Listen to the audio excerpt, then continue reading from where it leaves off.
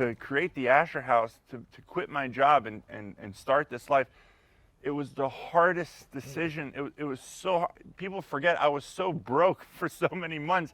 I mean, I didn't know what I was going to do. I remember for the first time, of course it didn't get to that, but I was like, what if I can't afford my dogs?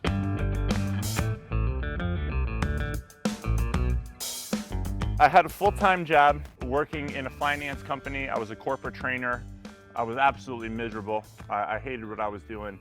And I often got in trouble because you know, some of the employees, some of the staff would follow me on Instagram, and I cannot tell you how often I was at the animal shelter.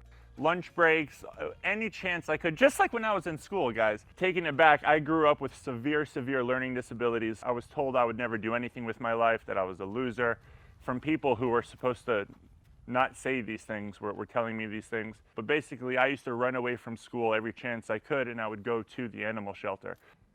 So one day I was traveling, and I was on the way to work, and I was at a drive-through, and I was getting some food, and all the dogs had their head outside of the window, and people started taking pictures, because at the time I had six or seven dogs. I had Callie, Bo, Stella, Lily, but people were taking a bunch of pictures, and the photos went rather viral, and then people started following me just locally in Los Angeles and California, you know, and then people started finding out that I spent a lot of my time at the shelter.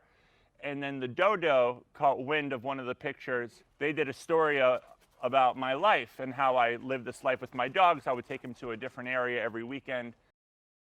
And the story did very well. They wanted to do another story and go a little bit deeper into my life. You know, my following started growing. I think within like 3 months, I went from 800 followers to maybe 5,000, 10,000 followers.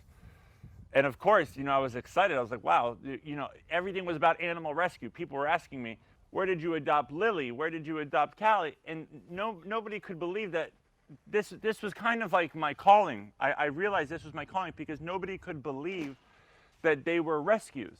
How did you adopt a Bo? I said, there are chocolate lab rescues everywhere. Purebred St. Bernard at a shelter. So I started realizing, like, man, I need to educate people more about animal rescue. That was my cue. I said, growing up, they always asked me, you know, the counselors, what do you want to do? I said, I want to help people and I want to help animals. They said, so you want to work at a zoo? They would mock me. That's not a job. So I didn't think it could be real, but I never lost sight of it. It was the only thing that I knew that would make me happy. When you give to the universe, it rewards you. Sometimes it just takes a long time. Best decision I've ever made, tenfold. I literally could not imagine me doing anything else. Hey, Cece, where were you, huh? Where were you?